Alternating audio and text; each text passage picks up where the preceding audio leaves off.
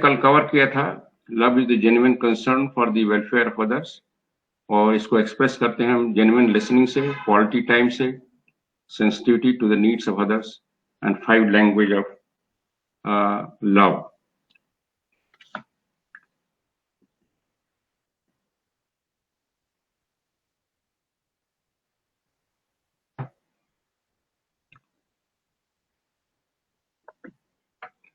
ये 5 language of love हैं: words of affirmation, quality time, touching, act of service and gift giving. ये Harvard study of में Harvard University में एक study किया था, एडल्ट, उनका एडल्ट डिपार्टमेंट है, वो 1938 में शुरू हुआ था और उसमें 724 लोगों पर एक्सपेरिमेंट किए गए थे। उनका हेल्थ का जांच की गई थी, उनसे इंटरव्यू दिए गए थे, उनके कैरियर, मैरिज इत्यादि के बारे में बातें किया था जो रिसर्च कर रहे थे।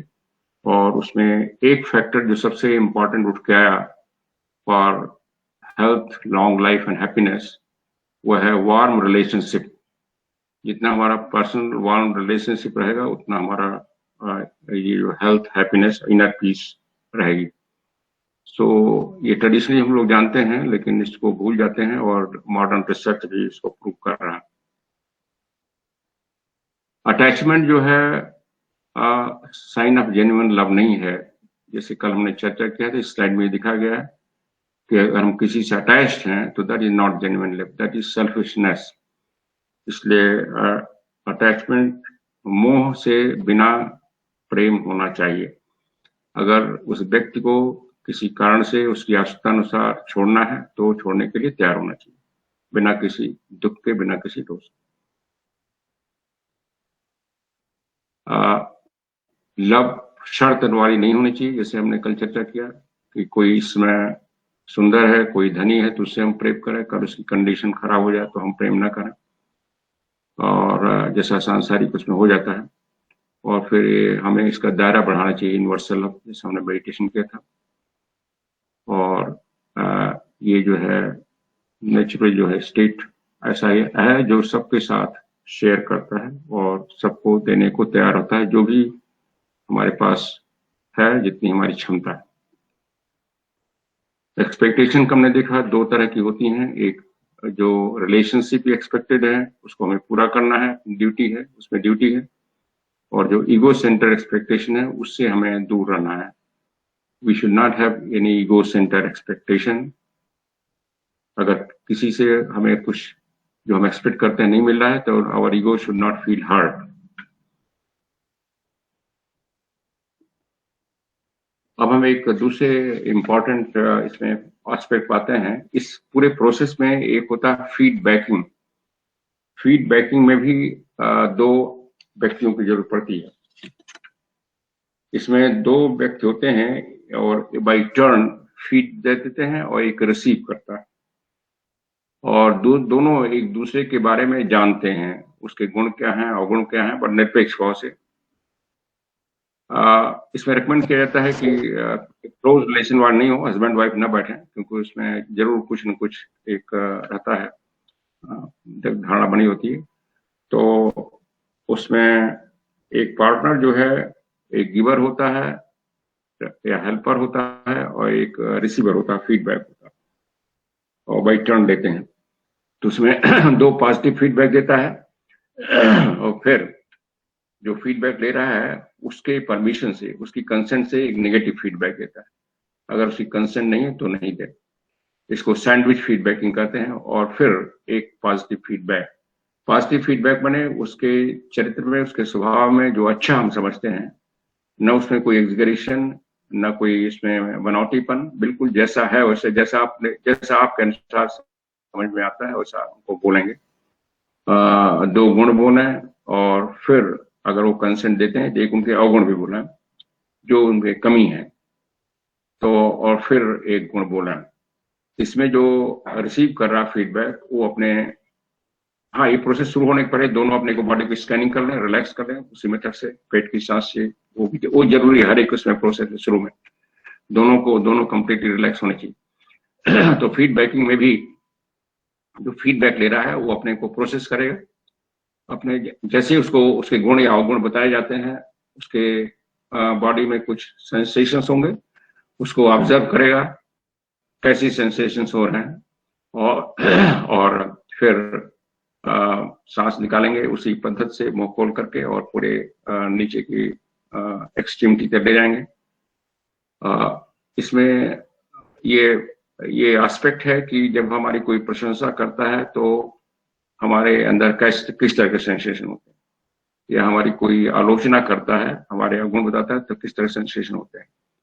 इस प्रोसेस में हम जो आध्यात्मिक कथाओं में है कि सौम्यता में आते हैं, न तो हम प्रशंसा से प्रभावित होंगे, न तो हम आलोचना से प्रभावित होंगे, हम प्रशंसा और आलोचना के बियॉन्ड जाते हैं।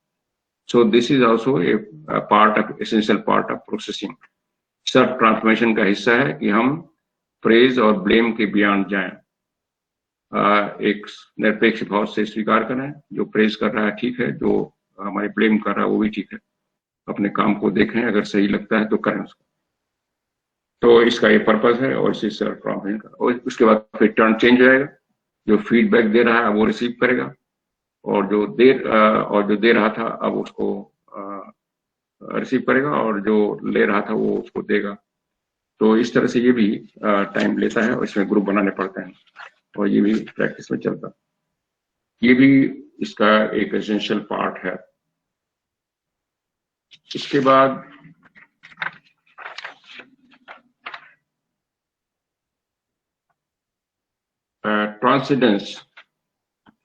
ट्रांसेंडेंस में जो परे जाना या श्रेष्ठता में जाना, डुअलिटी से बाहर जाना, तो ये भी इसका प्रोसेस है। जैसे सारी प्रोसेस हो रही है। Transcendence is a natural human need, ये भी ह्यूमन नीड में है। परफेक्शन का स्टेज के पहले ट्रांसेंड करना, हम सारी डुअलिटी के बियॉन्ड जाना है, प्रेजर पेन के बियॉन्ड, प्रशंसा दोष के, और जैसे बताया आलोचना के बियॉन्ड, ईविल और गुड के बियॉन्ड जाना है। तो ये उसमें मदद करता है। Transcendence refers to going beyond the personality, personal self, the lower triangle, क्योंकि डुअलिटी हमारे लोअर ट्रायंगल में होती है, और जब हम इस प्रोसेस में हायर ट्रायंगल में जाते हैं तो हम इस परे अवस्था में, श्रेष्ठता अवस्था में पहुंचते हैं। यह दुख और सुख के बियॉन्ड जाता है, यह वहां के बायोलॉजिकल सोशल कंडीशन के बियॉन्ड जाता है, और ये तब होता है जब हमारी काफी पुश बटन साफ हो गई होती हैं, या एकदम साफ हो गई होती है। इसको अब्राहम मैस्लो ने, जैसे पहली बार दिन बाद सेल्फ एक्चुअलाइजेशन नाम दिया है, जिसमें सेल्फ ट्रांसफॉर्मेशन उसमें बियॉन्ड जाते हैं। कार्ल जंग ने इसको इंडिविजुएशन नाम दिया है, रॉबर्ट असेंजो ने इसको साइकोलॉजी सिंथेसिस नाम दिया। जो लोअर है, हमारा ट्रू सेल्फ है, जो हमारे अंदर है, वो इसमें एक्टिव होता है, और ये सनातन समय से लोगों का ध्येय रहा है, हम जिस पद्धति में हो, जिस पद्धति की साधना कर रहे हो, इसमें जाएं। इसके बाद जैसा है कि यथाभूत देखना है चीजों को, और जो हमारी कल्पना बन गई है उसको ना देखें, और उसकी प्रैक्टिस करें। इसमें इन्होंने अपने स्लाइड में, ये पिक्चर कुछ भी हो सकती है, एक पिक्चर ये बनाया है गन का। इसको देख के रिएक्शन होता है लोगों को। जैसे आप में से कोई रिएक्शन करेगा, क्या देख रहे हैं आप? एनीबॉडी कैन टेल, क्या देख रहे हैं आप इस पिक्चर में? हेलो हेलो तनेजा जी, पिस्टल। हेलो, क्या देख रहे हैं? हाँ, अच्छा, और कोई बता सकता है? सर गन का फिगर है सर, गन लिखा भी है उसमें। हाँ, ओके, गन है। और एनीबॉडी? तो एनीवे डिफरेंट इसमें परसेप्शन आते हैं। कुछ लोग जो अंदर से काफी उनका ये इमोशंस मैच्योर नहीं है, इसको देखते ही डर जाते हैं, या कोई अनुभव रहा होगा, कहीं उन्होंने पिस्टल देखा, गोली चलाते हुए, उसको डर जाते हैं। और जैसा अक्सर हम लोग कहते हैं ये गन है, बट जो अथाभूत देखेगा वो इसको गन नहीं कहेगा। इट इज ये टू से कि गन की एक पिक्चर है, एक फोटो है। सो ये सब इससे दिखाया जाता है कि we should no difference between picture and reality. अगर सांप की पिक्चर है, जैसे कल बताया, सांप की उसके फिगर से डर जाना, तो उसको हम बाहर जाते हैं। तो इसलिए ये सब एक्सरसाइज की जाती है इसमें।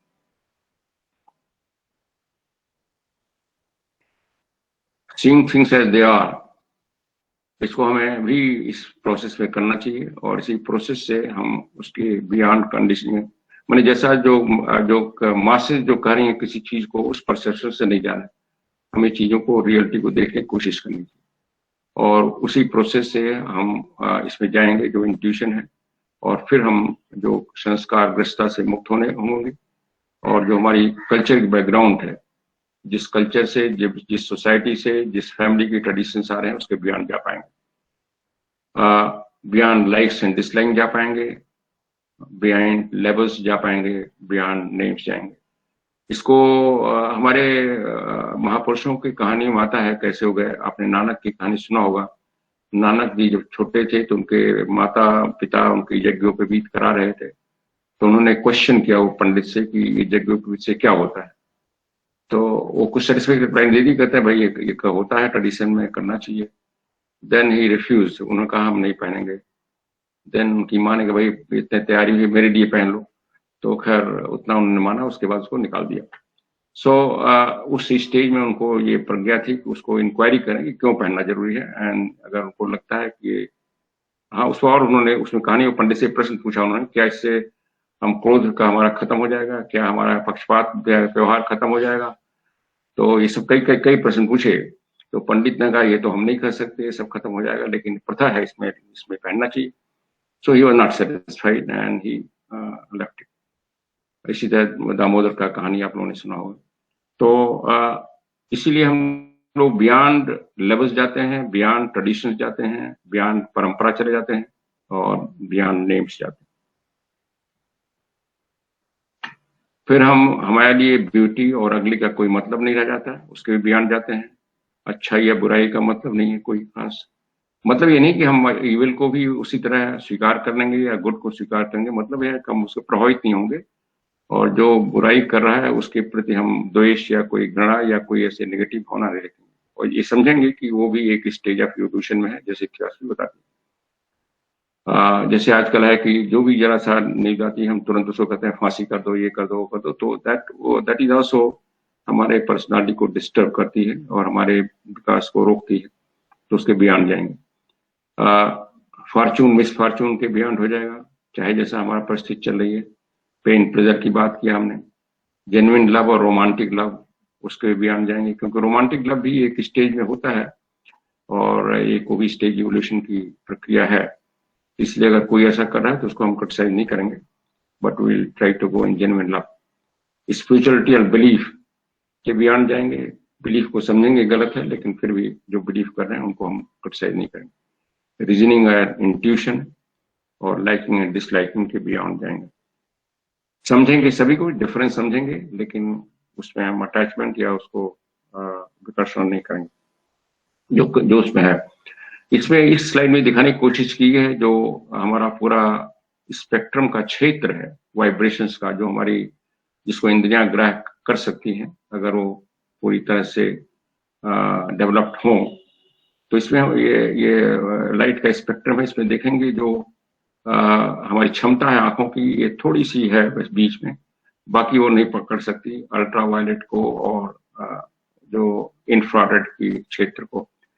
दैट मीन्स ये साइड से दिखाती है कि हमारी जो लिमिटेशन है इसको हमें समझना है, इसलिए हम चीजों को होलनेस में नहीं समझ पा रहे हैं, और पूरी उसका कोशिश है कि हम चीजों को होलनेस में समझें। अब एक दूसरा एस्पेक्ट आता है लेवल ऑफ रिलीजन्स। रिलीजन आप जानते हैं हमारा दूसरा उद्देश्य है सोसाइटी का to encourage comparative study of religion, science and philosophy. इसमें इस स्लाइड में केवल इस रिलीजन की बात की जा रही है। जो हर एक रिलीजन में मिनिमम 3 लेवल होते हैं। एक तो सबसे बाहरी है रिचुअल और सेरेमनीज का, कर्मकांड का, और फिर आता है थियोलॉजी, उसके जो धर्मशास्त्र हैं, जैसे हम लोगों का है भगवद गीता है, रामायण है, महाभारत है, कुरान है, बाइबल है, अवेस्ता है, ये सब जो थियोलॉजी। और फिर अंदर जो कोर है, जो अल्टीमेट जो जो एथिक्स है, जो हमारा कंडक्ट बनना चाहिए उस लर्निंग से हुआ है। तो ये जो कोर है और थियोलॉजी है और जो रिचुअल्स हैं, और फिर रिचुअल से ही सुपरस्टिशन उत्पन्न हो जाते हैं। तो superstition is a part of the rituals. जो लोग इस आउटर 2 लेयर में उलझे रहते हैं, उन्हीं में विरोधाभास होता है, वहीं पर झगड़े शुरू होते हैं, क्योंकि सबके रिचुअल अलग अलग है, तो सबके सुपरस्टिशन भी अलग अलग हो जाते हैं। और जो थियोलॉजी है, जो धर्मशास्त्र है, उसमें जो पहले बताने की कोशिश, ये थियोलॉजी में समझे है कि जो भी महान शिक्षक हुए हैं, किसी ने स्वयं कुछ नहीं लिखा है, न तो कृष्ण ने, न बुद्ध ने, न जीसस ने, न मोहम्मद ने। तो उन्होंने खुद कुछ नहीं लिखा, उन्होंने बोला और बाद में उनके शिष्यों ने जितना सुन पाए उतना उसको उन्होंने रिकॉर्ड किया। और इसलिए जब आदमी दूसरे की सुनी हुई चीज को रिकॉर्ड करता है, चाहे वो तुरंत भी रिकॉर्ड करे, तो थोड़ा सा फर्क आ जाता है। और मैडम ब्लॉस्की इसको लिखा है, जब से डॉक्टर मैं जो सुन रही हूँ मास्टर से जो बताया जा रहा है, तो मेरा माइंड लिमिटेड है, इसलिए हो सकता है मुझसे गलती हो, वो एडमिट करती हैं, और इसलिए आप इसको अपने मन से भी समझने की कोशिश करिए। तो वो तो तुरंत सुन रही थी, और ये जो शिक्षाएं इतनी देर बाद लिखी गई, तो नेचुरली उसमें ये स्वाभाविक है कि वो चीज नहीं आ पाई जो इन महान शिक्षकों ने बताने की कोशिश की होगी। और इसलिए हमें समझना है कि कोई भी हमारा थियोलॉजी का बुक वास्तव में होल नहीं है। और उसके बाद हुआ कि जैसे जैसे समय बीता, उसमें जो वेस्टेड इंटरेस्ट है, उन्होंने कहीं ना कहीं कुछ उसमें घुसेड़ दिया। इवन हमारे वेद, जिसको हम इतना पवित्र मानते हैं, उसमें भी कुछ ऐसे मंत्र आ गए, बाद में लोगों ने उसमें डाल दिया, जो इंटरेस्टेड थे अपनी सुपीरियरिटी मेंटेन करेगी एक तरह की प्रथा चलाने की, और वेदों के मंत्र के रूप में प्रचलित कर लिया जाने लगा, जिससे समाज में काफी विसंगतियां आ गई। और इसलिए हमें समझना चाहिए कि कोई भी धर्मशास्त्र शुद्ध नहीं है, और इसलिए उसमें अपने भी विवेक लगाना चाहिए, उसमें कौन सा इस समय श्लोक, कौन सा मंत्र, कौन सी आयत, कौन सा बाइबल का सिद्धांत इस समय लागू नहीं हो सकता, इस समय ठीक नहीं समझाता, उसको हमें उससे नहीं चिपकना। जैसे एक टॉक में बताया था कि जो सती प्रथा थी भारत में, उसका जब कुछ एनलाइटेंड लोगों ने विरोध किया राम मोहन राय के नेतृत्व में, पहले सती प्रथा कॉमन मानी जाती थी। दैट मीन्स विडो जो होती थी उसको चिता पर चढ़ जाती थी पति के मरने के बाद, और एक पवित्र वो चीज मानी जाती थी, होली मानी जाती थी। लेकिन वो एक अमानवीय प्रक्रिया थी, ये समझना शुरू किया लोगों ने, उसका विरोध हुआ, और उसमें ब्रिटिश वाइसराय लॉर्ड बेंटिंग थे, उनके पास अपील पहुंची कि इसको कानून बना के खत्म किया जाए। तो उसको जो परंपरावादी हिंदू थे, उन्होंने इसको विरोध किया कि तो हमारे वेदों में लिखा है, इसको कैसे खत्म किया जा सकता। तो उन्होंने वेद का मंत्र कोट किए। बाद में जो एनलाइटेंड लोग थे, उन्होंने वेदों को फिर से पढ़ा, उनका ये तो मंत्र बाद में ऐड किया गया है। तो इस तरह से ये हर चीजों में आता है। इसी तरह कोई कह रहा था, जो वो मंत्र आ गया है कि ब्रह्म के मुंह से आए और क्षत्रिय शोल्डर से आए और ये शूद्र उसमें आए, ये भी बाद में किसी ने जोड़ दिया है उस हायरार्की को जस्टिफाई करने के लिए। इसी तरह कुरान में कई चीजें आ गई हैं, और बाइबल में कई चीजें आ गई हैं। इनफैक्ट ब्लॉसी कहती है बाइबल में काफी गड़बड़ी हुआ है, क्योंकि बाइबल कई बार ट्रांसलेशन हुई है। जो क्राइस्ट बोलते थे वो भाषा आर्मेनियन थी, बाद में पहली बार किसी ने उसको लैटिन में उसको लिखा, फिर ग्रीक में हुआ ट्रांसलेशन, फिर जाके इंग्लिश में हुआ। तो उनका ये 3 प्रोसेस जो ट्रांसलेशन, उसी में काफी उसमें बिगाड़पन आ गया, जो ओरिजिनल शिक्षा थी, शब्दों का मतलब बदलता गया। तो और चूंकि जो जिसके पास किताब है उसी से चिपट जाता है, उसी को कहता है सत्य, इसलिए झगड़े शुरू होते। तो हमें जो सेल्फ ट्रांसफॉर्मेशन चाहते हैं, जो आध्यात्मिक प्रथा में चाहते हैं बढ़ना, उनका ये ड्यूटी हो जाती है कि हम इन दोनों लेवल से बाहर जाएं, कर्मकांड रिचुअल से बाहर जाएं, थियोलॉजी को अपने विवेक से पढ़ें, उसके किसी भी वाक्य को एज इट इज न मान लें, उसको अपने विवेक से लगाएं। आजकल के समाज में कितना वो तर्कयुक्त है, तर्करहित है। और फिर जो कोर टीचिंग पर जाने की कोशिश करें। जब कोर टीचिंग पर पहुंचते हैं तो सभी धर्मों की एक हो जाती है, सभी टीचर्स की एक हो जाती है, और जो मिस्टिक्स होते हैं, जो रियल सेंट होते हैं, फिर उसी पर जाते हैं। जैसे हमारा कबीर हुए, नानक हुए, ये सब उसी में जाते हैं, और वही आधार है सभी टीचिंग्स का। इसलिए हमें और ये भी एक उद्देश्य है जो कंपैरेटिव रिलीजन स्टडी है, कि हम देखें कि जो कोर टीचिंग है, जो अल्टीमेट एथिक्स है, जो बेसिस है, वो सबकी समानता एक है। अलग अलग उसके शब्द अलग अलग बोलेंगे, कहीं दया कहा जाएगा, कहीं करुणा कहा जाएगा, कहीं कुछ और कह दिया जाएगा, दैट डिफरेंट थिंग, बट चीज एक ही रहेगी। सो ये भी सेल्फ ट्रांसफॉर्मेशन का प्रोसेस है, क्योंकि हमारा माइंड का जो रिलीजियस बिलीफ है और रिलीजियस कर्मकांड है और रिलीजियस जो धर्मशास्त्र है उससे काफी प्रभावित है, कंडीशनड है, और उस कंडीशन के बयान में निकला। इनफैक्ट कृष्णमूर्ति कहते हैं कि freedom from the religion is the greatest freedom, greatest freedom उन्होंने कहा है। जब फ्रीडम फ्रॉम रिलीजन कर रहे हैं तो इस तरह की जो चर्चा की जा रही है। दलाई लामा भी कहते हैं कि जो सो कॉल्ड 7 बिलियन पॉपुलेशन है इस पृथ्वी पर, जिसमें हिंदू हैं, मुसलमान हैं, क्रिश्चियन हैं, ज्यूज हैं, सब कुछ हैं, उसमें से हार्डली 1 बिलियन ही रियल धर्म को फॉलो करते हैं, तो 1/7 होगा।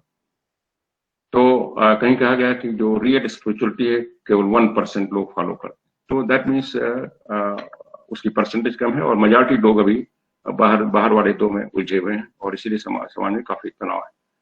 और थियोसॉफी का जो लाने का एक उद्देश्य था कि हम लोग उस कोर की ओर जाएं।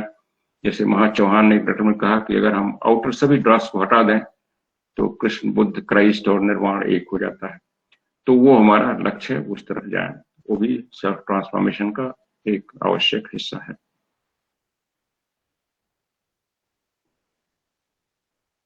इसमें उन्होंने एक एग्जाम्पल किया कि पोप को जैसे कैसे कॉन्सिस्टेंस बदल रही है। ये प्रेजेंट पोप फ्रांसिस जो है ये काफी लिबरल है। बाइबल में लिखा गया है कि जो गॉड में बिलीव नहीं करेगा वो स्वर्ग में नहीं जा सकता, ये लिख दिया गया। दैट मीन्स जो ये नहीं बिलीव करे वो स्वर्ग में नहीं जा सकता। जो गॉड में उनके अनुसार जो गॉड की धारणा है उसमें बिलीव करेगा वो स्वर्ग में जाएगा। ये प्रेजेंट पोप ने किया कि आप स्वर्ग में जाने के लिए गॉड में बिलीव करने की जरूरत नहीं। ये बड़ा ही रेडिकल इनका स्टेटमेंट आया। शायद 100-200 साल पहले पोप अगर कोई कहता तो उसको बहुत आलोचना होती, लेकिन अब कॉन्सेप्ट चेंज हुआ, लोगों ने एक्सेप्ट किया इसको, एंड नाउ पीपल प्रेज कि इस पोप ने ऐसा किया। और इसीलिए जो आपने अखबार पढ़ा होगा, जब पिछले ट्रम्प जो प्रेसिडेंट थे उन्होंने कहा था कि हम मेक्सिको में दीवार बना देंगे जिससे वहां से लोग नहीं आ पाए, तो इसी पोप का स्टैंड आया था कि जो व्यक्ति दीवार बनाने की बात करता है वो क्रिश्चियन हो ही नहीं सकता। हालांकि बाद में ट्रम्प ने कहा कि पोप कौन होते हैं हमारी क्रिश्चियनिटी को क्वेश्चन करने के लिए। तो इस तरह की कॉन्सियसनेस हो रही है, ये दिखाने को बताया चेंज हो रही है। और हमारे सो कॉल्ड धर्म गुरु भी अगर इस तरह के विचार लाएं तो समाज का जो ट्रांसफॉर्मेशन जल्दी हो सकता है। लेकिन अभी मेजॉरिटी नहीं उसमें आ पा रहे हैं, एक आधी इसमें है।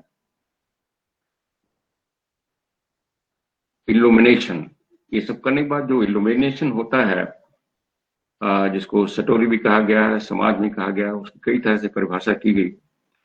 उसको नीचे अगर देखें तो कहा गया फिर हम बिना आंख के देखते हैं, बिना समझ के समझते हैं, बिना भावना के हम उसकी भावना को समझते हैं, बिना स्वाद के स्वाद लेते हैं। और दैट मीन्स हमारी जो सुपर सेंसेस हैं वो एक्टिव हो जाती हैं, हम रियलिटी को समझने लगते हैं उस स्टेज में। द ओपनिंग ऑफ स्टोरी, ये जन उसमें टीचर्स दिया गया है second one. The opening of story is the remaking of life itself. जब उस अवस्था में होते हैं तो हमारे जो जीवन का पूरा एक रीमेक हो जाता है, फिर से बनना हो जाता है। और इसका जो हमारे मॉरल और स्पिरिचुअल लाइफ पर प्रभाव पड़ता है वो क्रांतिकारी होता है, और वही पूरा परिवर्तन होता है, कंप्लीट आमूल परिवर्तन होता है। उससे हमारा जो शुद्धिकरण है वो परफेक्ट होता है और हम एक नया जन्म लेते हैं जिसको रियल बीज कहा गया। इसी तरह वो पहले में है कि जो सभी कुछ उसमें तुरंत मालूम होने लगता है, हम उसके यथाभूत दर्शन करने लगते हैं, और जो सभी चीजों को हम आश्चर्य रूप से देखते हैं और सभी में एक तत्व का अनुभव होता है। तो उस स्टेज में जब पहुंचते हैं, और वही हमारा लक्ष्य। इस लाइफ को पूरा करना है, then will complete something more. कल हमने देखा, इसको हम थोड़ा सा भी रोकते हैं, देन विल कंप्लीट समथिंग। कुछ और एस्पेक्ट हैं जो अभी कवर करने हैं।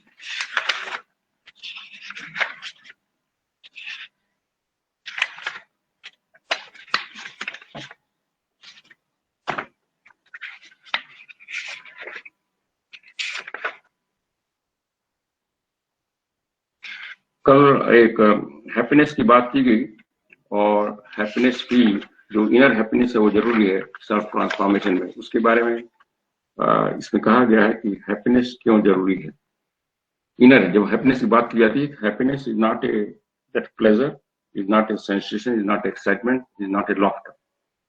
हंसना या कोई एक्साइट होना किसी चीज पर या इंद्रियों का जो प्लेजर है वो प्लेजर नहीं, जिस प्लेजर की बात की जा रही है। जो व्हाई हैप्पीनेस इज नेसेसरी, जो जीवन है, जो हैप्पीनेस का जो जीवन जो है वो दिखाता है कि हम अपने कर्म को ठीक से निभा रहे हैं। जो हमारा प्रारब्ध है, अगर हम उसको ठीक से फेस कर रहे हैं तो हम हैप्पी रहेंगे। अगर हम उसमें ठीक से नहीं फेस कर रहे हैं तो हम अनहैप्पी हैं। तो अनहैप्पी सिचुएशन बताती है कि हम अपने कर्म को ठीक से नहीं फेस कर रहे हैं। जो हैप्पीनेस जो हमारा जो होता है स्वभाव, वो हमें ज्यादा प्रभावशाली बनाता है, अच्छा बनाता है, निस्वार्थी बनाता है और सेवा ओरिएंटेड बनाता है। जो हैप्पी है वो हम लोग, जो लोग हैप्पी रहते हैं, इनर हैप्पीनेस, वो ज्यादा प्रभावी काम करते हैं। जो भी काम करेंगे वो काम ज्यादा इफेक्टिव होगा। जो हैप्पी पेरेंट होते हैं वो अपने बच्चों को ठीक से शिक्षा दे पाते हैं, क्योंकि उनके बच्चे देखा गया है ज्यादा नैतिक और ज्यादा एथिक्स फॉलो करते हैं। अगेन जब हैप्पीनेस की बात की जाती है तो इनर हैप्पीनेस की बात की जा रही है। ऊपर से हो सकता है व्यक्ति क्रोध करता हो, चिढ़ता हो, लेकिन अगर इनर हैप्पीनेस है तो ये प्रभाव आएंगे।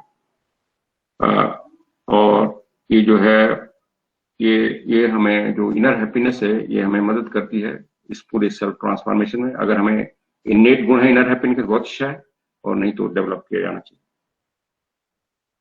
और इसमें उस इनर हैप्पीनेस के साथ वैराग जुड़ा हुआ है, और इसीलिए जो लाइट ऑफ पाथ में कहा गया है कि kill out ambition but be like work like those who are ambitious, kill out desire for comfort but work like those who want comfort.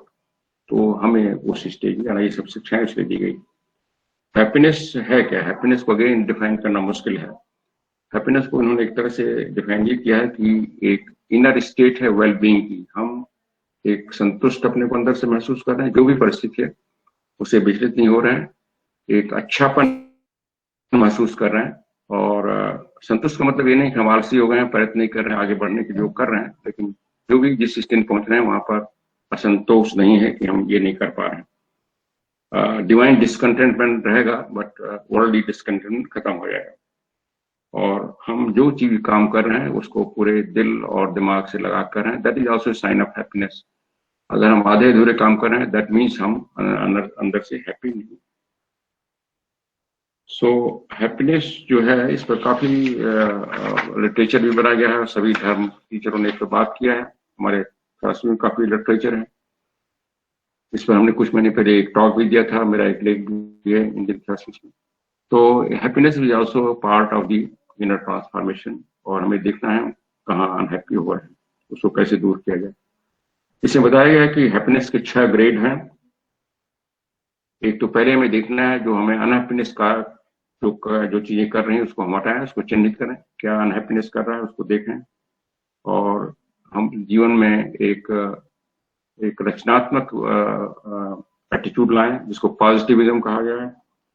Negative positive इसका मतलब नहीं है कि गलत चीजों को क्रिटिसाइज नहीं करना। पॉजिटिव ये लाना कि गलत चीजों से प्रभावित नहीं होना, क्रिटिसाइज करना, बट जैसे कहा गया मेडिटेशन में, without personal blame and personal प्रशंसा के मूल्यांकन करना। और जो रिलेशनशिप है जहां पर गड़बड़ा रही है उसको ठीक करने की कोशिश करना। और जो हेल्प, किसी को सहायता देना है, कंप्लीटली सेल्फलेस करना, जितना सेल्फलेस हो सके, that will help in happiness. Selfless service को ये अनुभव भी है सभी का, मोस्टली लोगों का। और यहाँ भी बताया गया कि सेल्फलेस सर्विस जो हैप्पीनेस आती है, इनर हैप्पीनेस, वो सबको आती है, उसमें that is almost rude nature का। और फिर एथिक्स आल्सो ब्रिंग्स हैप्पीनेस। अगर हम एथिक्स फॉलो कर रहे हैं, जो कोर पॉइंट ऑफ जो रिलीजन है उसको फॉलो करेंगे, हैप्पीनेस आएगी। और हमें फिर जो जैसा कल बात कही कि wholesome philosophy of life follow करना।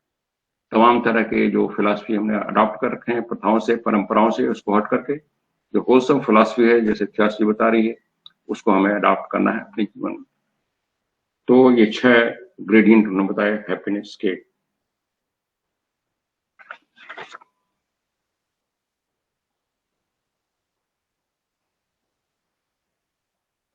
पूरा संसार, ये हमें होलसम फिलॉसफी में समझना है कि पूरा संसार कॉज और इफेक्ट से चल रहा है, कारण और प्रभाव से चल रहा है, और फिर हमें अवेयर होना है कैसा कारण हम उत्पन्न करें। अगर हम किसी से अपना भाग्य दिखाते हैं, हमारी कुंडली दिखाते हैं, अपनी दशा देखना चाहते हैं किसी एस्ट्रोलॉजर से, या किसी से हम पूजा करवाना चाहते हैं अपनी विपत्ति से निकलना, so that is a sign of spiritual immaturity. That means हम अपने रिस्पॉन्सिबिलिटी को से भाग रहे हैं, हम अपने को समझने की को भाग रहे हैं और अपनी जिम्मेदारी से भाग रहे हैं, कैसे हम अपने परिस्थिति को स्वयं ठीक करें। और कर्म के जो सिद्धांत है, जो महान कर्म है, जिसको कोई भी वायलेट नहीं कर सकता, इस ब्रह्मांड के जो सगुण ईश्वर है वो भी इसको वायलेट नहीं कर सकते, उसको हम उसको उसमें हमारा विश्वास कम हो रहा है, उसके अगेंस्ट हम विद्रोह कर रहे हैं। इसी को मैडम ब्लॉस्की कहते हैं, तो ये उसका विद्रोह करना है। और इसीलिए समझें कि अभी भी हम में से बहुत लोग जब कोई परिस्थिति आती है तो चले जाते हैं किसी ज्योतिषी के पास, किसी के पास, कई लोग। सो उसको बताया गया है कि this is sine of spiritual immaturity, emotional immaturity. और जब तक ऐसी इमेच्योरिटी रहेगी तब तक हम आध्यात्मिक प्रोग्रेस नहीं कर पाएंगे। इसलिए और इसीलिए कर्मकांड और इसका हर जगह, चाहे डिफीट ऑफ मास्टर हो, चाहे महात्मा के लेवल में हो, इसको कहा गया कि जो आध्यात्मिक पात्र है उसको इससे बाहर निकालना। उसमें दो कारण होते हैं। एक तो हम अपनी जो कहा गया है टीचर में कि अपना लैंप खुद बनिए, अपने पैरों पर खड़े होइए, वो नहीं कर पाते हैं। और दूसरा, हम ईगो अपना बढ़ाते हैं और अंधविश्वास भी बढ़ाते हैं। ये कई इस तरह के नुकसान होते हैं। तो हमें इस तरह से बियॉन्ड हैप्पीनेस जाना है, बियॉन्ड प्लेजर जाना है, बियॉन्ड इन कर्मकांडों के जाना है, और यही हमारा मार्ग होगा। अब कुछ पॉइंट और हम कवर करेंगे। जो अवेयरनेस का इफेक्ट होता है,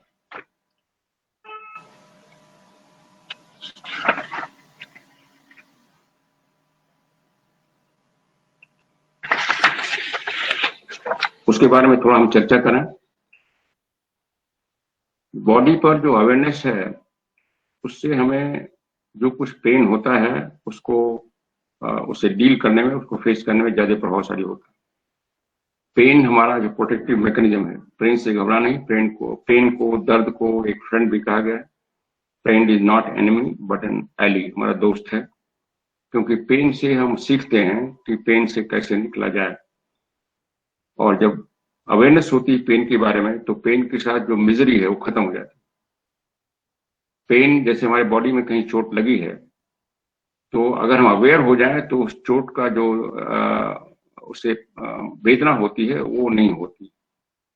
और यही जो हम लोग बात कर रहे थे, जो कोई बर्र काट लेता है, कोई दर्द होता है, तो उस पेन में जब अवेयरनेस है तो धीरे धीरे खत्म हो जाती है। अवेयर होते हैं तो प्राण शक्ति का प्रभाव होता है और धीरे धीरे जो उसका इफेक्ट है माइंड में कम हो जाता है। और लेकिन इसका फायदा हुआ कि पेन ने हमें ये एक प्रयास दिया कि हम उस तरह का प्रैक्टिस करें, और इससे हमारी क्षमता बढ़ती है उसको ठीक करने में।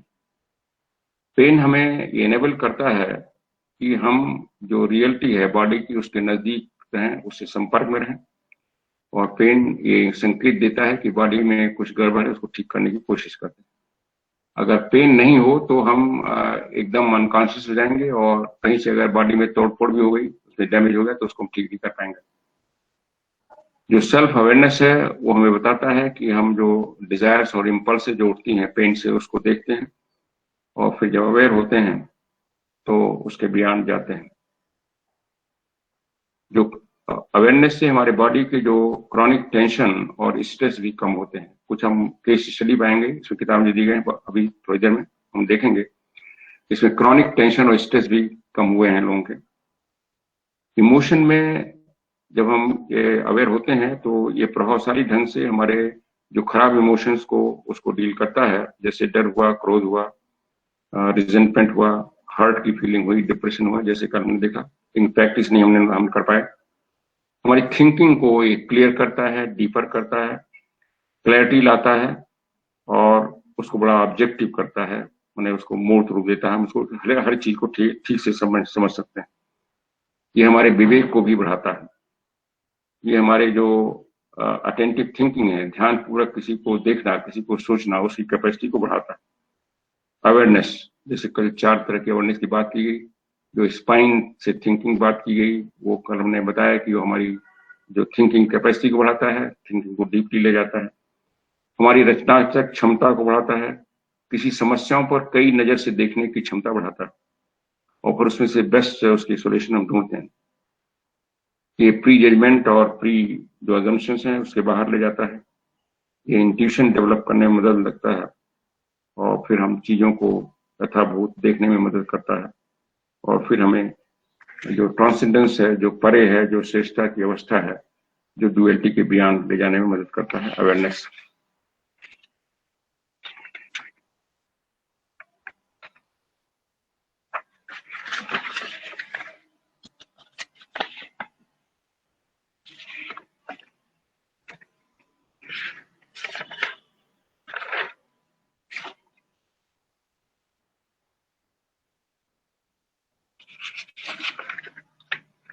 कल हमने इंट्यूशन पर चर्चा किया था, अवेयरनेस पर चर्चा आज थोड़ा सा कल किया, आज कुछ हो गई। अब कुछ जो फिजिकल हेल्थ है उस पर भी एक थोड़ा सा इन्होंने चर्चा किया है इस किताब में, क्योंकि फिजिकल हेल्थ के बारे में बहुत लिटरेचर है, बहुत लोग समझते हैं किस तरह का भोजन करना चाहिए, किस तरह का एक्सरसाइज करना चाहिए, इसलिए उसको बहुत डिटेल में से नहीं लाया गया, क्योंकि ये समझ है जिसको हम लोग सभी लोग समझते हैं, बट फिर भी कुछ मेन पॉइंट लाए गए हैं। ये जो लाया गया है कि जो लाइफ स्पैन है हमारा, जो जीवन का हमारी अवधि है, वो हमारे जन्म के समय एक हमें एक लाइफ एनर्जी मिल जाती है, एक सीमित एक डेफिनेट सीमित मात्रा में, पुराने जो कर्म हम प्रारब्ध लाए उसको निपटाने के लिए, और इसीलिए हर एक का लाइफ स्पैन अलग अलग होगा, और उस लाइफ एनर्जी को हम कैसे खर्च कर रहे हैं, उसका सदुपयोग कर रहे हैं, दुरुपयोग कर रहे हैं भाई अपने सेंसुअल प्लेजर से, और तमाम तरह के उसमें उसका अपव्यय करें, उस पर डिपेंड करेगा हमारा लाइफ की एनर्जी कैसे खर्च हो, हमारा स्वास्थ्य कैसा हो, और इसलिए ये सब शिक्षाएं हैं लाई गई हैं कैसे हम उसको खर्च करें। और इसीलिए लाइफ, जैसे हम चर्चा कर रहे थे किसी और टॉक में, कि लाइफ स्पैन या मृत्यु का जो तारीख है एकदम निश्चित नहीं है, वो थोड़ा घटती बढ़ती है। अपने आप आदमी घटा बढ़ा सकता है, और कोई जो अडेप्ट हमें कुछ काम कराना चाहते हैं वो भी उसको बढ़ा सकते हैं, लेकिन नॉट अनलिमिटेड एक्सटेंट। फिर ये समझना है कि जो हमें बॉडी मिली है ये एक ही बॉडी है इस जीवन में काम करने के लिए, और इसीलिए हमको बड़े देखभाल से इसको स्वच्छ रखना है, स्वस्थ रखना है, और इसी से हमें सारा काम करना है। इसमें फिजिकल हेल्थ की इंपॉर्टेंस इस स्टेटमेंट आ जाती है, that means physical health is not to be neglected. कुछ लोग नेग्लेक्ट करते हैं कि आध्यात्मिक में हमें फिजिकल हेल्थ से क्या मतलब है, तो उस सिद्धांत को इसमें एकदम गलत बताया गया। अगर हम हमेशा बीमार पड़े रहेंगे, दर्द में रहेंगे, तो हम कुछ नहीं कर पाएंगे, न मेडिटेशन कर पाएंगे, न स्टडी कर पाएंगे, न सेवा कर पाएंगे। जो अच्छे हेल्थ के 4 फैक्टर हैं, एक तो हेल्थफुल डाइट है, सभी जानते हैं, हमारी डाइट मॉडरेट होनी चाहिए, और सात्विक के हद तक हो सके, अगर हम हैं तो अच्छा है, अगर नहीं हो सके तो आने की कोशिश करें। रेगुलर एक्सरसाइज कुछ न कुछ करना चाहिए, हम लोगों की एज में वॉकिंग रिकमेंड किया है, आधे घंटे 15 मिनट, और जॉइंट्स का मूवमेंट वगैरह, तो अपनी एज के अनुसार, अपनी कैपेसिटी के अनुसार हम करें, लेकिन बॉडी को बहुत ज्यादा टेंशन या स्ट्रेस में नहीं लाएं। स्ट्रेचिंग करना, बेंडिंग करना ये जरूरी है बॉडी को फ्लेक्सिबल रखने के लिए, और हार्मफुल वाइसेस अगर किसी की हैं तो उसको हटना है। स्मोकिंग, ड्रिंकिंग हमें से बहुत ही कम ही लोग करते होंगे, बट जो भी करते हैं उससे हमें हटना है। Wholesome attitude of philosophy of life, ये भी बहुत जरूरी है। This is also necessary for keeping the physical health in proper manner, क्योंकि हमारी जो फिजिकल हेल्थ है वो भी हमारी इमोशन से अफेक्ट होती है, और इमोशंस हमारी बिलीफ और उसमें से अफेक्ट होती है, और जो रॉन्ग बिलीफ या रॉन्ग जो आती हैं उससे हमारा इमोशन गड़बड़ाता है और हमारा फिजिकल बॉडी भी गड़बड़ाता है। तो जो इस होलसम फिलॉसफी में जाते हैं उनको देखा गया उनका फिजिकल हेल्थ भी अच्छी होती है, ज्यादा बेटर हो जाती है। हेल्थफुल डाइट में ये बताया गया है कि जो शाकाहारी भोजन है वो सबसे हेल्दीएस्ट है, और जो मीट बेस्ड डाइट है उससे सीरियस क्रॉनिक डिजीज होते हैं। ये आजकल लोग इसको एक्सेप्ट करने लगे हैं धीरे धीरे। इन्होंने एग्जाम्पल दिया है कि जो लॉन्गेस्ट लाइफ स्पैन वाले हैं, जो कुछ कबीले हैं, हुजराज, और आकाशांशीष का नाम दिया है, उपन्यास का नाम दिया है।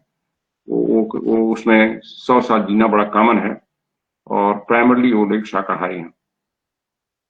इसी तरह जो शॉर्टेस्ट लाइफ स्पैन बताए हैं एस्किमोस का, लैपलैंडर्स का, ग्रीनलैंडर्स का। एस्किमोस आप जानते हैं ध्रुव के पास रहते हैं, उनको और कुछ नहीं मिलता, खाली वो काई खाते हैं, मछली खाते हैं। तो इनके अनुसार उनका जो लाइफ है बहुत स्पैन बहुत कम है, 35-40 ईयर्स, 45 ईयर्स एवरेज लाइफ है। पर और भी फैक्टर होते हैं क्योंकि उनका वेदर भी बहुत एक्सट्रीम है। सो और एक्सरसाइज करना चाहिए, जैसे गहरी सांस 8-10 बार लें, डीप एब्डोमिनल ब्रीदिंग करें, उससे हमारा प्राणों का सर्कुलेशन अच्छा होगा। स्ट्रेचिंग, बेंडिंग, टेंशन रिलैक्सेशन और अवेयरनेस, ये भी पार्ट ऑफ डेली एक्सरसाइज होनी चाहिए। होलसम फिलॉसफी ऑफ लाइफ बहुत जरूरी है, और जैसे बताया कि जीवन में एक रचनात्मक दृष्टिकोण हो, चेयरफुलनेस, प्रसन्न बदनता हो, डिप्रेशन को हम अवॉइड करें, और हेल्पफुलनेस हो, नहीं सर्विस ओरिएंटेड होना चाहिए। जहां भी हेल्प करने का मौका है, चाहे जिस तरह की हेल्प हो, फिजिकल हो, बल वाली हो, धन वाली हो, ज्ञान वाली हो, we should prepare to share जहाँ जो प्रॉब्लम है। इसके लिए जरूरी नहीं कि हम कोई गैदरिंग में हो, 1-to-1 भी ज्ञान बांटा जा सकता है, सर्विस की जा सकती है, बिना किसी प्रचार के, बिना किसी चीज के किया जा सकता है। तो ये सब जरूरी है अच्छी हेल्थ रखने के लिए। उसके बाद ये जो सिद्धांत है, इसको हम पेरेंटल और एजुकेशन भी डालते हैं, इसको अप्लाई करते हैं। इसमें लव एंड फर्मनेस सिखाया जाता है बच्चों को, 95/5 रूल सिखाया जाता है। जैसे बच्चे कुछ गलत काम करते हैं, हमेशा मत क्रिटिसाइज करें, कभी कभी बता दें। इन्होंने रूल बताया 95/5। अगर 95 बार, अगर 100 में 95 बार हम प्रशंसा करते हैं उसके काम की, तो 5 बार क्रिटिसाइज करें, उससे ज्यादा मत करें।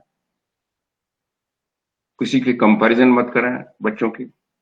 सभी बच्चों की अलग अलग क्षमता होती है, अलग अलग रुझान होते हैं।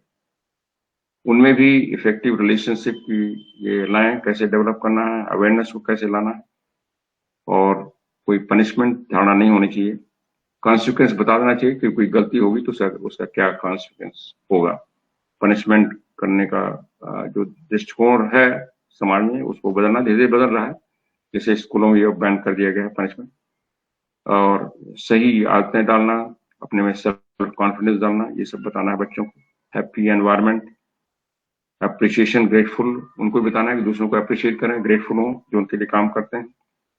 और नेगेटिव पुश बटन उसको भी बताना है कि कैसे उसको हटाएं और उसको डेवलप होने से रोकें। बच्चे इसको जल्दी रोक सकते हैं।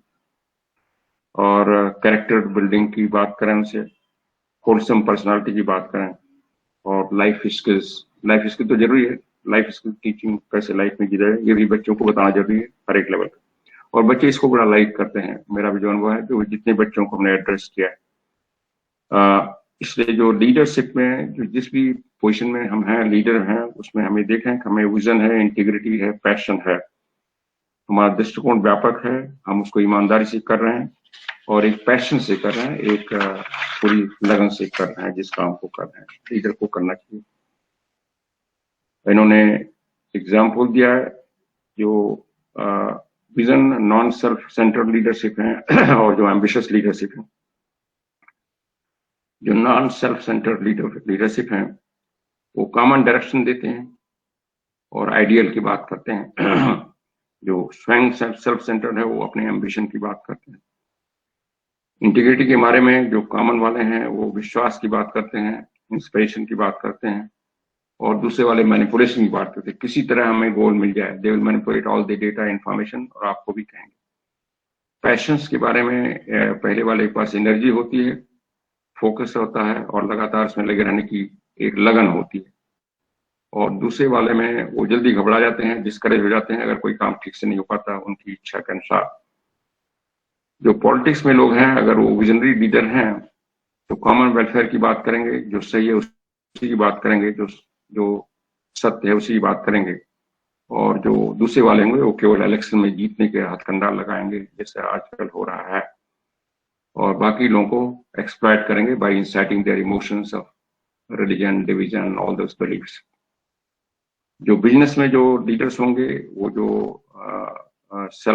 नॉन सेल्फ सेंटर होंगे, वो सभी जो स्टेक होल्डर हैं, सभी जो उसमें संबंधित लोग हैं, सभी की भलाई की बात करेंगे सोचेंगे, सिद्धांतों पर चर्चा करेंगे, बिजनेस में ईमानदार रहेंगे, कोई मिलावट नहीं करेंगे, कोई तौलने में कोई गड़बड़ी नहीं करेंगे, प्राइस ठीक से चार्ज करेंगे और दूसरे वाले मैनिपुलेट करेंगे और दूसरे ज्यादा से ज्यादा प्रॉफिट कमाने की कोशिश करेंगे।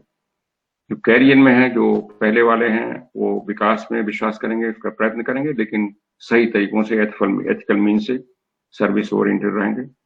दूसरे वाले कंपटीशन की भावना लाएंगे, अपने को दूसरों को हरा करके आगे बढ़ने की कोशिश करेंगे और हमेशा इनसिक्योर रहेंगे, क्योंकि हमेशा ये नहीं सक्सेसफुल हो पाएगा। कोई ऑर्गेनाइजेशन को हेड कर रहा है, उसमें जो पहले वाला रहेगा उसके पास एक व्यापक दृष्टिकोण होगा, उसके जो रुझान होगा सर्विस का होगा, सिद्धांतों पर चलेगा, और दूसरा वाला केवल पोजीशन, पावर और लोगों में भेद उत्पन्न करके एक को अपने पास करके दूसरे को क्रिटिसाइज करके ये सब आगे बढ़ने की कोशिश करेगा। पेरेंटल और एजुकेशन में पहले वाला जो है वो अपने खुद चरित्र को देखेगा, प्रेम करेगा, होलसम ग्रोथ करेगा, एक उदाहरण प्रस्तुत करेगा बच्चों के सामने, और दूसरा अथॉरिटी करेगा कि मैं पेरेंट हूँ, मैं अथॉरिटी हूँ, जो मैं कहूँ वो मानो। तो ये उन्होंने कुछ डिफरेंस दिए कि लीडरशिप में कैसे डिफरेंस होगा।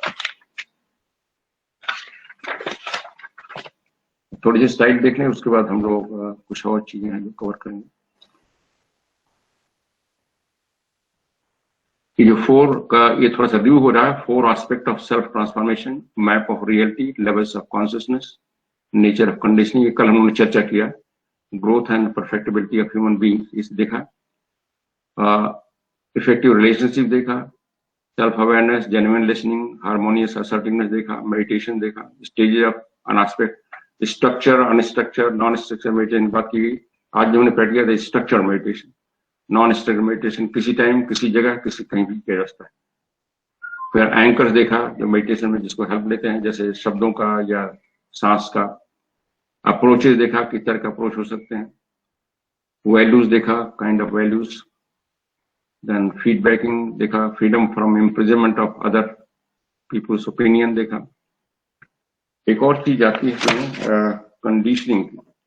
हम अपने जो पूरी जो पुश बटन को हटाना, ये भी डीकंडीशनिंग है, बट हमें अवेयरनेस में देखना है कि हमारे जो रिएक्शन है वो किसी पुराने विचार से न प्रभावित हो और किसी के अनथॉटफुल विचार से न प्रभावित हो जो रिएक्शन हुआ है। अगर कोई हमें कुछ अनथॉटफुल विचार करता है तो उससे हमारा रिएक्शन प्रभावित हो, उसको भी हम अवेयर रहें। इस स्लाइड में दिखाया गया है कि हमारा जो थॉट और डिजायर होते हैं उससे हमारा बिहेवियर बनता है, उससे हमारा काम होता है और हमारा चरित्र बनता है, वही हमारी डेस्टिनी बनाता है। और ये थॉट और डिजायर स्वयं कहाँ से आते हैं? एक तो हम पास्ट कर्मों से लाते हैं, टेंडेंसी लाते हैं, हमारी वृत्तियां आती हैं, रुझान लाते हैं, उसके अनुसार हमारा ये कर्म, थॉट और डिजायर बनते हैं। दूसरा हमारे जो प्रेजेंट कर्म है, जिस तरह का वातावरण मिला है जिसमें हम काम करते हैं, हमें बाहर के लोग प्रभावित करते हैं, उससे हमारा बनता है। इसी में हमें अवेयर होना है कैसे इसको चूज करना है, और ये दोनों मिलकर के हमारे फाइनली उस पर जो हम थॉट और डिजायर उत्पन्न कर दें और जो काम होता है हमारी डेस्टिनी बनता है। इसको समझना, this is the science of the life. इसमें डॉक्टर एमोटो का कुछ एक्सपेरिमेंट उन्होंने बताया है कि कैसे जो सो कॉल्ड जड़ पदार्थें भी हमारी भावनाओं और से प्रभावित होती हैं। ये आपने सभी सुना होगा, इन्होंने पानी के पर प्रभावित किया, अच्छी भावनाएं दिया और उसको बंद किया फ्रिज में। एक को अच्छी भावना दी गई, एक को खराब भावना दी गई। अच्छी भावना वाले दी गई, उसको 15 दिन बाद इस तरह के ब्यूटीफुल क्रिस्टल बने। इनका ये एक्सपेरिमेंट बहुत फेमस है और सभी लोग मेरे ख्याल से इससे परिचित होंगे। ये देखिए, ये जो बना है बीच वाला, ये यू मेक मी सिक, इसमें गलत भावना दी गई है। और जो व्हाइट वाले हैं जिसमें सुंदर फिगर बनी है, इसमें अच्छी भावना दी गई। इसको ब्लॉट्स की भी लाई, काफी एग्जाम्पल लाई हैं आईसी सनवेल में भी। ये भी है, दोनों का विरोधाभास दिखा रहा है। नीचे वाला अच्छी भावना का दिया गया है, ऊपर वाला जिसमें खराब भावना दी गई। अगेन सेम, दाएं वाला अच्छी भावना का है, बाएं वाला खराब भावना का है। इसमें बीच वाला अच्छी भावना का है, थैंक यू दिया गया, बाएं वाला लव का है, और दाहिने वाला जो है उसमें हेट की भावना दी गई। क्रिस्टल इस तरह से बने। इन्होंने और एक एक्सपेरिमेंट बताया है इस पुस्तक में कि कुक्ड राइस रखे गए 2 शीशों में, एक में अगली का लेवल लगाया, एक में ब्यूटीफुल का लगाया, और करीब 1 हफ्ते बाद देखा गया कि जो अगली का लेवल है वो सफेद ही रहा, जो ब्लैक जो वो काला पड़ने लगा एक हफ्ते बाद, और ये जो है सफेद रहा। इस तरह भावना दी गई। ये देखिए अगली का प्रभाव पड़ा, वो 15 जनवरी को रखा गया, ये 24 जनवरी का है, करीब 9 दिन बाद। ये 9 दिन बाद जो वही चावल यहाँ पर काला होने लगा, और दूसरा चावल जिसमें सुंदर भावना या ब्यूटीफुल लेवल लगाया गया था वो सफेद था।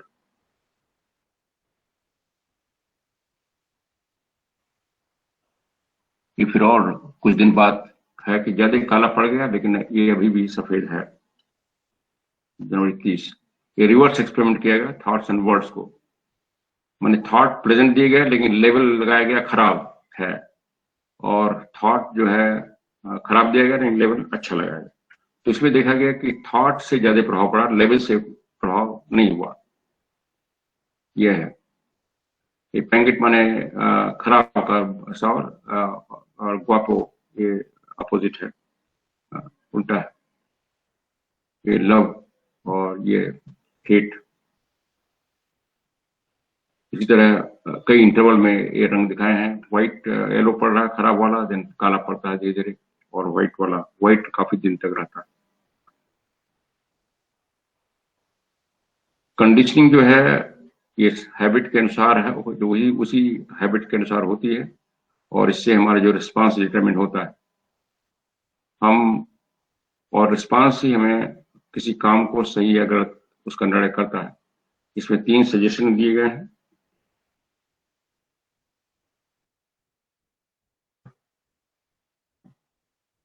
Do not allow past conditioning, जो हमारे संस्कार हैं उसको हम मत तवज्जो दें, उसको न प्रभावशाली करें हमारे प्रेजेंट रिस्पांस में बिना हमारी कंसेंट के।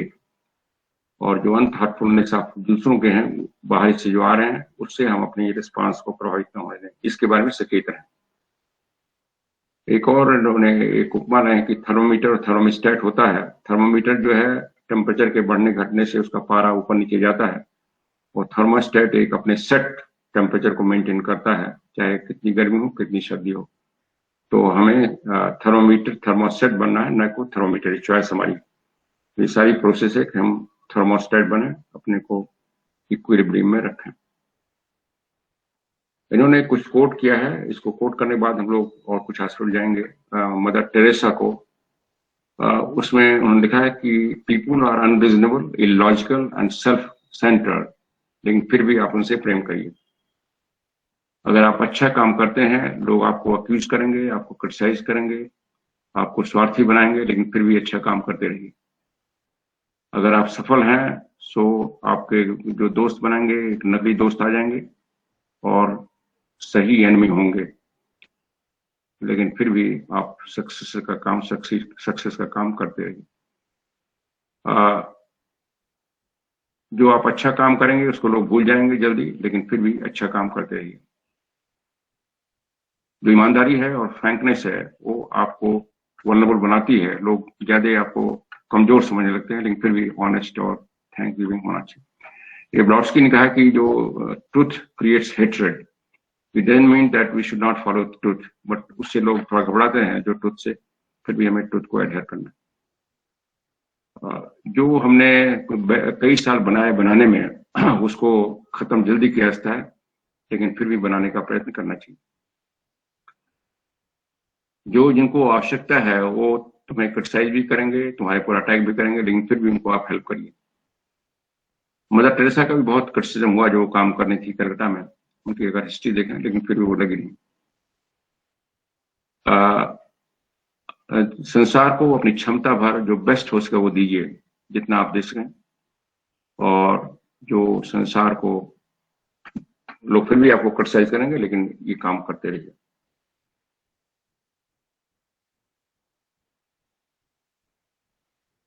पर इसमें लाया है कि decide on a set of personal attitude and qualities and undertake a programme of reconditioning through regular reading of relevant literature, going with the appropriate company, deliberate self-training program.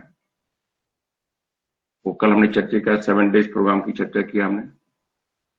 Then benefits, उसको benefit भी उस पर देखें, और क्या उसके disadvantage अगर नहीं करें ये भी समझें, तब उसको सक्सेसफुल हो जाएंगे। सेल्फ असेसमेंट करें, कि हम कैसे क्या कर पा रहे हैं, कैसे बढ़ रहे हैं। किसी से मूल्यांकन अपना नहीं कराना है, स्वयं मूल्यांकन करना है। नेक्स्ट स्टेप होता है, कल भी चर्चा हो गई इसकी, कि नेक्स्ट स्टेप होगा कि हम किसी सिचुएशन को, जो एक्चुअल सिचुएशन जो कॉन्फ्लिक्ट है उसको टैकल करने की कोशिश करें, और मेजर स्टेप में जो मेजर कॉन्फ्लिक्ट है, क्रॉस रोड है, उसको भी फेस करें, उसको टालने की कोशिश मत करें।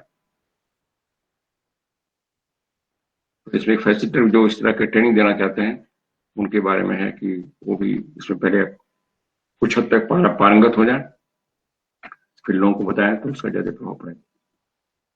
सेल्फ प्रिपरेशन, ये अपना जो हायर सेल्फ है इसको अवेकन करें अपने में, तो उसके प्रभाव से दूसरों को भी, इंडक्शन इफेक्ट से दूसरों में हायर सेल्फ अवेकन होगा। इसमें बताया गया एक बत्ती से दूसरे बत्ती को जलाना। इसके साथ जो स्लाइड है एंड होती है, लेकिन हम कुछ एस्पेक्ट और हैं जिसको हम लोग कवर करेंगे।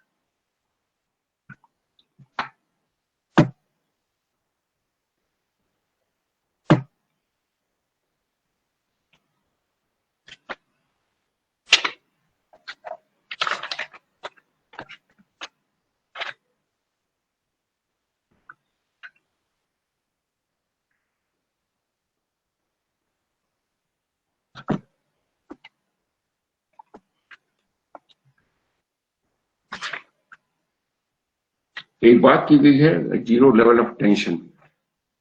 इस सबका जो सेल्फ ट्रांसफॉर्मेशन है, इसका जैसा वन ऑफ द पर्पस होगा कि हमारे बॉडी में, हमारी इमोशंस में जो टेंशन है वो मिनिमम लेवल पर आ जाए।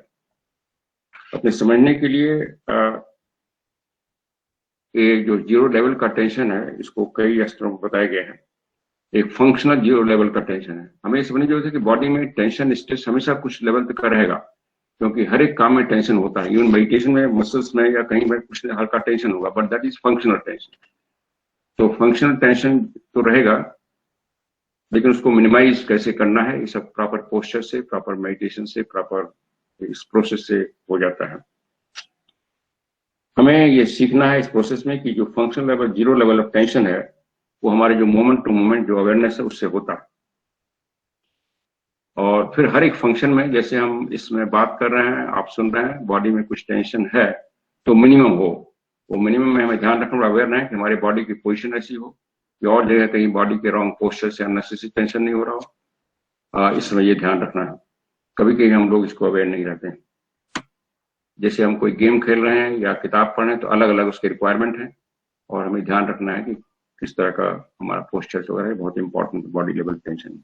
इसी तरह सोच भी उस तरह होनी चाहिए। कंसंट्रेट होगा तो उसमें टेंशन कम होगा, अगर हमारी उसमें सोच बिखरी होगी तो टेंशन उसमें ज्यादा है। तो जो टेंशन हो फंक्शनल लेवल का हो, और बाकी उसमें जो टेंशन है वो जीरो लेवल का।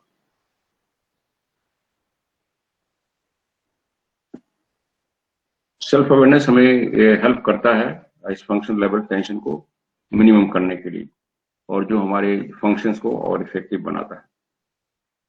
ये केवल ये टेंशन लेस स्टेटिक नहीं है, और ये इमोशनल कॉमनेस भी लाता है अगर हम फंक्शनल लेवल जीरो में रखते हैं। एक बात की गई दूसरे वर्चुअल जीरो लेवल टेंशन। ये जो फंक्शनल जीरो लेवल जो टेंशन है इससे थोड़ा डिफरेंट है। वर्चुअल जीरो लेवल टेंशन जो जितना मैक्सिमम टेंशन लेसनेस हम हो सकते हैं उसको बताता है। ये डीप मेडिटेशन में अचीव किया जाता है। जब हम माइंड को शून्य में लाते हैं, अगर उसको लास्ट करें जितनी देर तक, उस समय जो हम मैक्सिमम टेंशन लेस स्टेट में आते हैं, अगर हमारे बॉडी की पोस्चर भी ठीक रहे और माइंड रियली वैक्यूम में आ जाए। और यही चीज इसमें जो हठ योग में शवासन में लाई जाती है, इसमें जीरो टेंशन। उस लेवल में प्रैक्टिकली जितने मसल्स हैं सब रिलैक्स रहते हैं। जो सांस हमारी बहुत धीमे धीमे चलती है, कभी महसूस भी नहीं होती। तो बॉडी में बहुत ही मिनिमम टेंशन रहता है। जितनी सांस लेने में टेंशन जरूरत है वो है, जितनी खून के संचार में टेंशन जरूरत है वो है, बस उतना ही है। बाकी सब टेंशन खत्म हो जाते हैं। और this is the maximum we can achieve. तो और ये पर्पज है इसको अचीव करना। इसमें हमारा जो ब्रेन वेव है उसकी एक्टिविटी भी है। उन्होंने बताया कि अल्फा, डेल्टा और थीटा वेव्स पे लेवल पर आ जाती है। उनकी फ्रीक्वेंसी भी बड़ी सौम्य हो जाती है, एम्पलीट्यूड बहुत कम हो जाता है। इसको वर्चुअल इसलिए कहा गया है कि क्योंकि एब्सोल्यूट टेंशनलेस कभी आदमी हो नहीं सकता जब तक उसका लाइफ है, क्योंकि हर एक काम में इवन मेडिटेशन में थोड़ा सा टेंशन रहता है। तो एब्सोल्यूट टेंशन इज अनवर्केबल, इसलिए उसकी बात करना बेकार है। मृत्यु के समय भी कहते हैं एब्सोल्यूट टेंशन नहीं होगा, मृत्यु के समय जो प्रोसेस चल रहा है वो उसमें थोड़ा सा टेंशन रहेगा।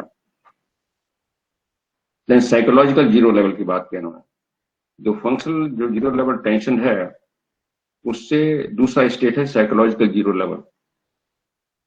ये स्टेट ऑफ अवेयरनेस है जिसमें थॉट और नॉन रिएक्टिव हो जाते हैं, हम बिना जजमेंटल हो जाते हैं, बिना डिसलाइक हो जाते हैं। देन ट्रांसेंडेंस स्टेट में उस समय जब हमारी अवस्था होती है तो हम 24 आवर इस साइकोलॉजिकल जीरो लेवल टेंशन में रहते हैं। मैंने जो भी हम काम करते हैं, इवन हम किसी को अगर क्रिटिसाइज भी कर रहे हैं तो भी हमारी साइकोलॉजी डिस्टर्ब नहीं हो रही, साइकोलॉजिकल जीरो टेंशन है। तो हमारा एम होना चाहिए फंक्शनल जीरो लेवल टेंशन, और ये जो है वर्चुअल लेवल टेंशन और ये साइकोलॉजिकल जीरो लेवल टेंशन, ये हम अचीव करें self transformation. This should be our aim in whole practice.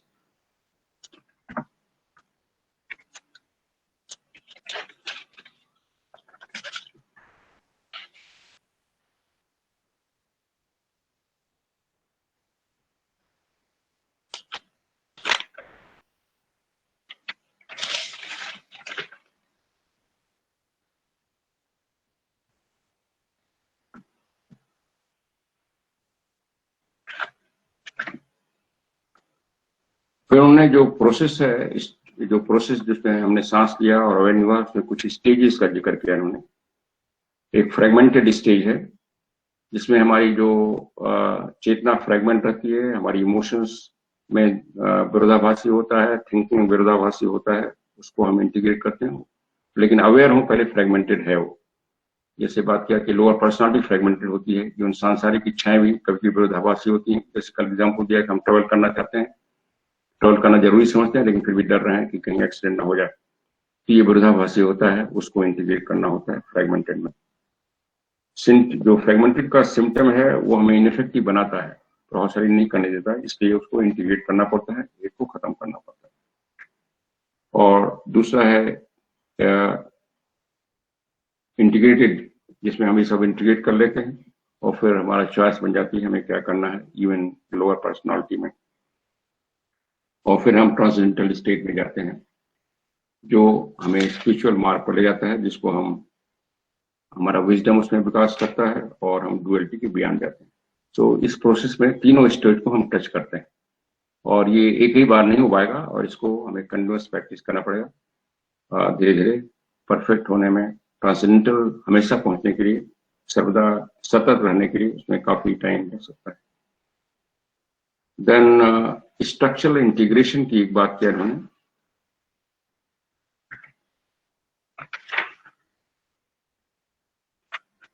हालांकि हम लोगों ने चर्चा कर लिया है कि एक उन्होंने नाम दिया है इंफ्रास्ट्रक्चरल इंटीग्रेशन। जैसे बात किया कि हमारी इवन फिजिकल जो प्रयत्न है वो भी विरोधाभासी होते हैं, वो अंदर में दोनों एक विरोध कर रहे हैं, हमें एक प्रायोरिटी देनी है। और फिर दूसरा इंटरस्ट्रक्चर, कई लेवल के जो विरोधाभासी होते हैं उनको देखना है, एक को हमें खत्म करना होता है, और उसके लिए अवेयर होना पड़ता है किसकी हमें जरूरत है, किसकी नहीं जरूरत है। जैसे वैल्यूज की बात की गई, हमें किस वैल्यू में जाना है, या रिलीजन के लेवल की बात की गई, तो ये सब जो है हमें प्रॉपर उसको स्ट्रक्चर बनाना पड़ता है, कॉन्शियस रूप से उसको सोचना पड़ता है, और यहाँ पर विल पावर का रोल आ जाता है। अब हम थोड़ा सा केस स्टडी लेंगे जिन्होंने डिस्कस किया है, कुछ टाइम है, वो भी बड़ा अच्छा है, उससे हमें काफी प्रेरणा मिल सकती है।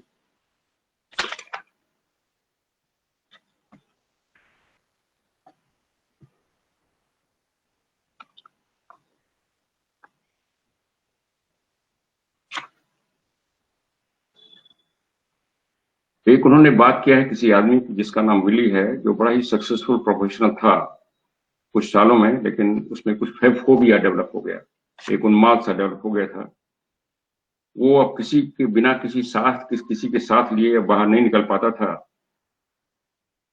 पहले वो अपने स्वयं ड्राइव कर लेता था, लेकिन अब किसी को उसको हेल्प लेनी पड़ती थी ड्राइविंग करने के लिए, और उसको रोज एक पिल लेना पड़ता था, दवा डॉक्टर ने रेकमेंड किया था, क्योंकि उसका हार्ट पल्पिटेशन करने लगा था और हाई ब्लड प्रेशर रहने लगा था। उसको स्लीपिंग पिल भी लेना पड़ रहा था क्योंकि नींद अच्छी तरह नहीं आती थी। लेकिन डॉक्टर लोग रियली उसका कुछ ठीक से मर जो है पता नहीं कर पा रहे थे, पिल दिए जा रहे थे और लेकिन उसका हार्ट बीट और जो ब्लड प्रेशर कोई ज्यादा रिलीफ उसको नहीं मिल रहा था। तब वो उसको पता चला, वो सेल्फ अवेयरनेस प्रोग्राम में गया इसमें, और उसके 1 हफ्ते बाद, 2 हफ्ते बाद, 2-3 हफ्ते तक इसने किया कई सेशंस। लेकिन पहले ही राउंड में जो 1 घंटे से कम था, उसने अनुभव किया कि उसके चेस्ट का प्रेशर थोड़ा सा कम हो गया है और उसको एक अंदर से सॉबिंग माने थोड़ी सी रोने की एक टेंडेंसी आई और उसके जो फैसिलिटेट कर रहे थे उनका नहीं, आप ये सही है, आप जो भी अंदर से भावना उसको निकाल दीजिए। तो सॉब करने लगे और बड़े फिर रोने भी लगे और फिर उनकी बॉडी जो है धीरे जर्क करने लगी, उनके शरीर में दर्द भी महसूस हुआ उन्होंने कहा, और उसकी एक्सट्रीमिटी से निकलनी, एक्सट्रीमिटी माने हाँ, ये जो एनर्जी निकलती है इस सब में जब हम प्रोसेसिंग करते हैं तो बॉडी की जो एक्सट्रीमिटी उससे निकलते हैं। जैसे उंगलियों के पोर हैं, पैरों के पोर हैं और कानों से और आंखों से, तलुओं से कभी गर्मी आते हैं। इवन लेडीज से कहीं इसमें देखा कहीं ब्रेस्ट के निपल से भी, तो उसमें गर्मी वगैरह भी मालूम होती है। तो इस आदमी को एक्सट्रीमिटी में ये सब मालूम हुआ, गर्मी हो रही है। अगर ये महसूस हो रहा है तो अच्छा है, दैट मीन्स हमारा जो प्राण की एनर्जी फ्लो कर रही है। नॉर्मल अवस्था में जो प्राण की एनर्जी है कंटिन्यूस फ्लो करती है, हमारे अंदर आती है और हमारे रोमकूपों से बाहर निकलती है। इससे असंख्य रोमकूप हैं और एनर्जी का फ्लो होता रहता है। इस प्रोसेस से जो ब्लॉकेड है उसको जब फोर्स से निकाला जाता है तो ये उसका सहारा लेती है और इसीलिए उंगलियों में टिंगलिंग सेंसेशन होता है, कभी कभी गर्मी महसूस होती है, ऐसा महसूस होता है, कानों में भी और आंखों में भी ये सब महसूस होते हैं। तो इसको भी ये महसूस हुआ और चूंकि ज्यादा ब्लॉकेड था तो इसकी बॉडी ने जर्क भी किया, उसके बाह और पैर दोनों नम हो गए। ये भी होता है, जब एनर्जी निकलना चाहती है तो कभी नमनेस मालूम होती है और इस तरह से फिर वो धीरे धीरे शांत हुआ और फिर उसको लगा कि अब उसकी टायर्डनेस कम हो गई। जब अगले हफ्ते आए तो उसको फिर स्लीपिंग पिल की अब जरूरत नहीं पड़ती थी। अब वो स्लीपिंग पिल की उसने कहा जरूरत नहीं है और अब वो अकेले जा सकते हैं, ड्राइव कर सकते हैं। जब वो सेल्फ अवेयरनेस की प्रोसेसिंग में दूसरी बार लाए गए तो उनकी और भी एनर्जी रिलीज हुई, अंदर से जो लॉक्ड अप एनर्जी थी। और तीसरे सेशन में उन्होंने फिर बड़े खुश हुए और दूसरों को अपना अनुभव बताया, शेयर किया तो उनके साथ क्या हुआ। उन्होंने सारी जो पिल डॉक्टर ने रिकमेंड किया था, चाहे हृदय की पल्पिटेशन की या स्लीपिंग की, सब बंद कर दिया। उनका ब्लड प्रेशर भी काफी नॉर्मल हो गया। अब वो स्वयं कार ड्राइव करने लगे बिना किसी घबराहट के, बिना किसी असुरक्षा की भावना के। और उनके भी डर रहता था कि असुरक्षा की भावना, अकेले जाएंगे तो पता नहीं क्या हो जाए, वो सब खत्म हो गया। एंड इनर हैप्पीनेस उनको महसूस हुआ। उनकी नींद अच्छी आने लगी और फिर एक एक्सरसाइज भी रेगुलर रूप से करने लगे। तीनों ने एक केस स्टडी दिया है। एक दूसरा केस स्टडी दिया है फैमिली रिलेशनशिप का। एक कोई लेडी है, उसका नाम है इला। वो बड़ी डिस्परेट थी उसके डोमेस्टिक प्रॉब्लम से। उसके अपने हस्बैंड से काफी हमेशा झगड़े होते थे और उसकी एक चाची थी जिसके साथ उसका रिलेशन खराब था, जो उन्हीं के साथ रहती थी। जब ये सेल्फ अवेयरनेस प्रोसेस में जा रही थी तो अपने चाची के बारे में सोचती थी और जब उनकी सोच आती थी तो चिल्लाने लगती थी और उसके शरीर, उसके सिर में और बाएं तरफ उसको प्रेशर लगता था, हेवीनेस लगता था शरीर में। 2 साइकिल हुआ उसका अवेयरनेस का। 4 दिन के बाद वो आई और उन्होंने कहा कि बहुत ही परिवर्तन हुआ उनकी फीलिंग में, जो घर में। अब वो अपनी आंट से बात कर सकती हैं बिना किसी अंदर के रोष के। अब वो अपने हस्बैंड से कोई बात होती है एंग्री रिएक्ट नहीं करती हैं।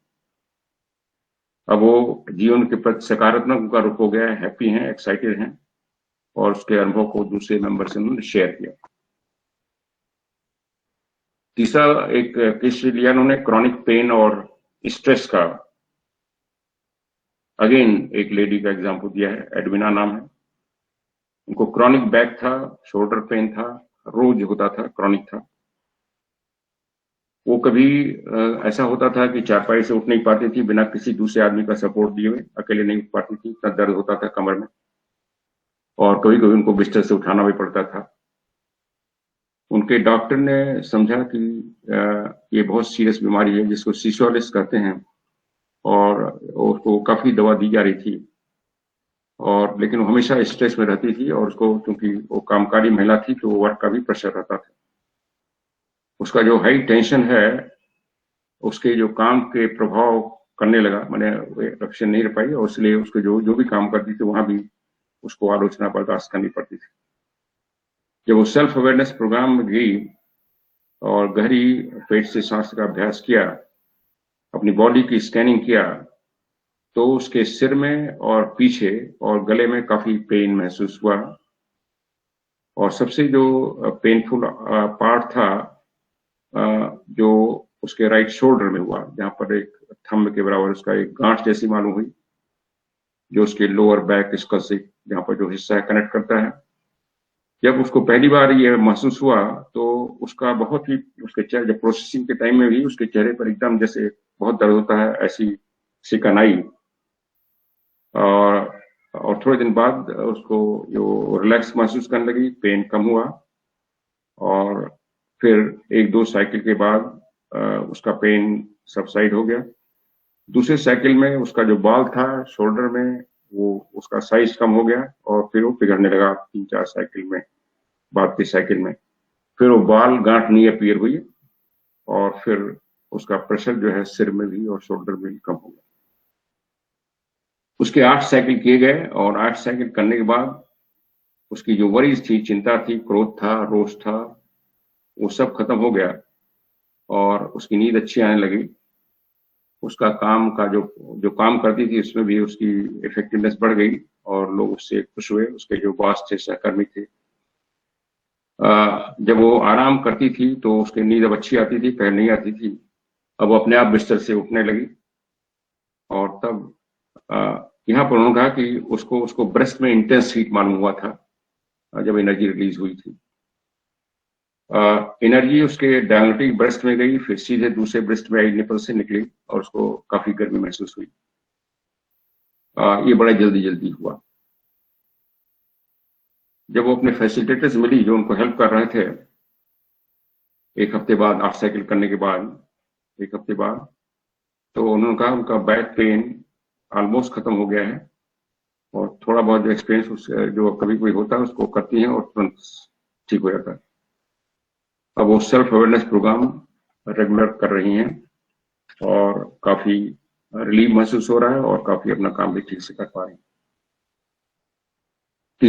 दूसरा केस उन्होंने फियर का लिया है, एक मार्था अगेन लेडी का नाम लिया है।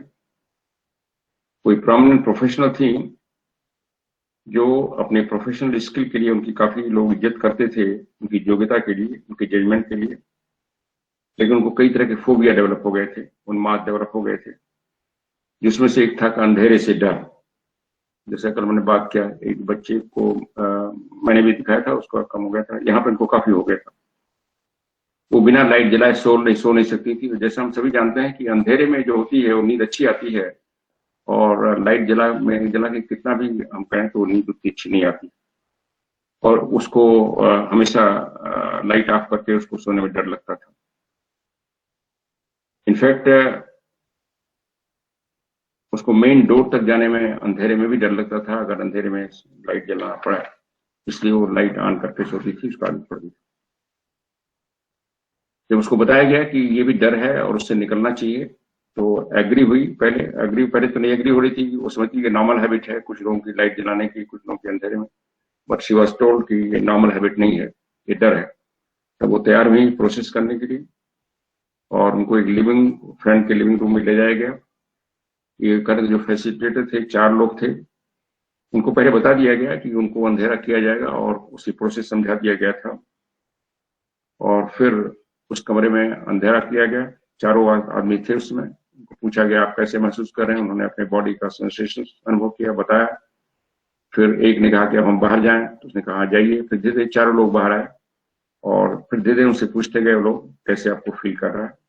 तो इस प्रोसेस में जब वो पेट से सांस ले रही थी तो पहले उनको पेट में ही टाइटनेस महसूस हुई, कंपन महसूस हुई और फिजिकल सेंसेशंस धीरे धीरे सबसाइड किए और धीरे धीरे वो कंप्लीटली रिलैक्स हो गई। तो इस तरह से काफी देर तक उनका सेशन चला और एक के बाद जैसा कहा 4 लोग एक के बाद बाहर गए और जब लास्ट आदमी कमरे को छोड़ रहा था तो वो काफी खुद कंफर्टेबल थी और उन्होंने खुद कहा कि आप अब जहाँ बाहर जा सकते हैं।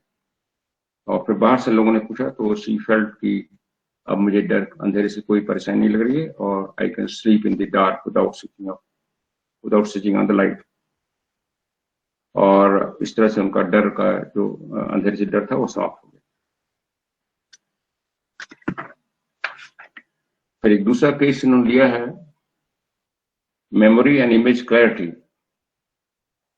जब हम किसी स्ट्रेस में रहते हैं किसी व्यक्ति के किसी चीज के प्रति तो उसकी मेमोरी बड़ी शार्प आती है।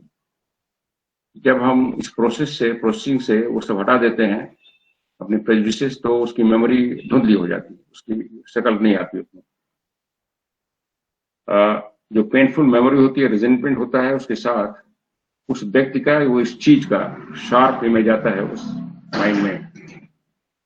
और सेल्फ अवेयरनेस प्रोसेस के बाद जब रिजेंटमेंट खत्म हो जाता है तो इमेज ब्लर हो जाता है और फिर उसको उस इमेज को रिक्रिएट करना मुश्किल हो जाता है, असंभव हो जाता है। पहले आसानी से वो रिक्रिएट हो जाता है क्योंकि जैसा हम सभी जानते हैं इवन ब्रेन का जो मसल्स है उसकी भी टेंडेंसी होती है।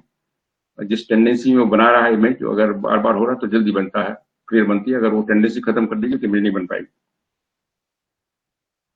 अगेन एक लेडी का इन्होंने क्या अल्मा नाम है, बड़ी डायनेमिक और हाईली इंटेलिजेंट एग्जीक्यूटिव थी, सीनियर पोजीशन में थी किसी कंपनी में, हाई अचीवर थी, उसका एम्बिशन काफी रहता था, गोल।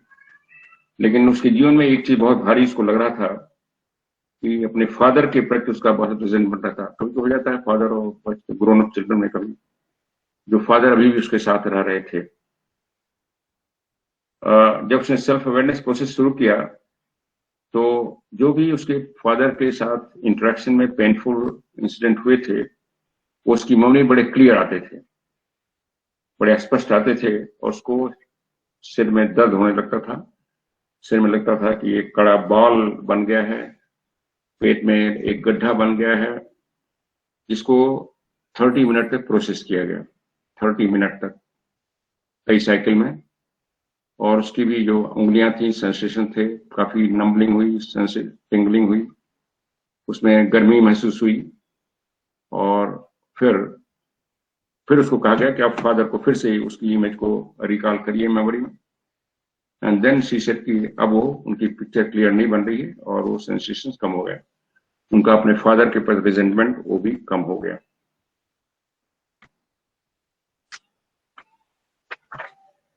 इसी तरह एनर्जी ब्लॉक्स इंटरकनेक्टेडनेस, इसका भी एग्जाम्पल आए हैं कि एक सेमिनार में कोई लिंग थे, ये आदमी थे, पुरुष थे, इनको पब्लिक स्पीकिंग से डर था और इसलिए उनको एक स्पेशल सेशन उनके लिए किया गया। ये कहा गया कि आपको जो इमोशनल डिस्ट्रेस है पहले उसको क्लियर करना है। तो पहले उनकी स्कैनिंग की गई, उनकी प्रोसेसिंग की गई और उनके जो नेगेटिव इमोशंस कुछ थे उसके बारे में पूछा गया, पहले उसको साफ किया गया प्रोसेसिंग में। और ये जरूरी है कि उसके पहले बाकी इमोशंस और बॉडी रिलैक्स कर दें।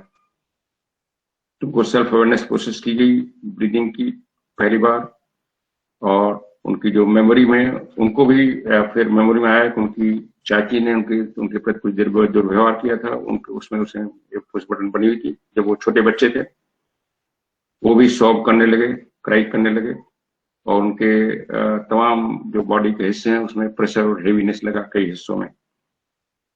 जो उनको फैसिलिटेट कर रहे थे इसमें वो लेडी थी, वो कभी 1 घंटे तक उनके साथ काम किया और जब उनका अपने आंट के प्रति, चाची के प्रति उनका रिजेंटमेंट था वो काफी कम हो गया, खत्म हो गया कई सेशन के बाद। तो उनको अपने चाची के प्रति दया लगने लगी, उनको चाची के प्रति दया लगी, शायद उनको कुछ कमी थी जिससे वो व्यवहार ऐसा हो रहा था। तो इंस्टेड ऑफ रिजेंटमेंट उनको अपनी चाची के प्रति दया के भाव में आ गए। करुणा के भाव में।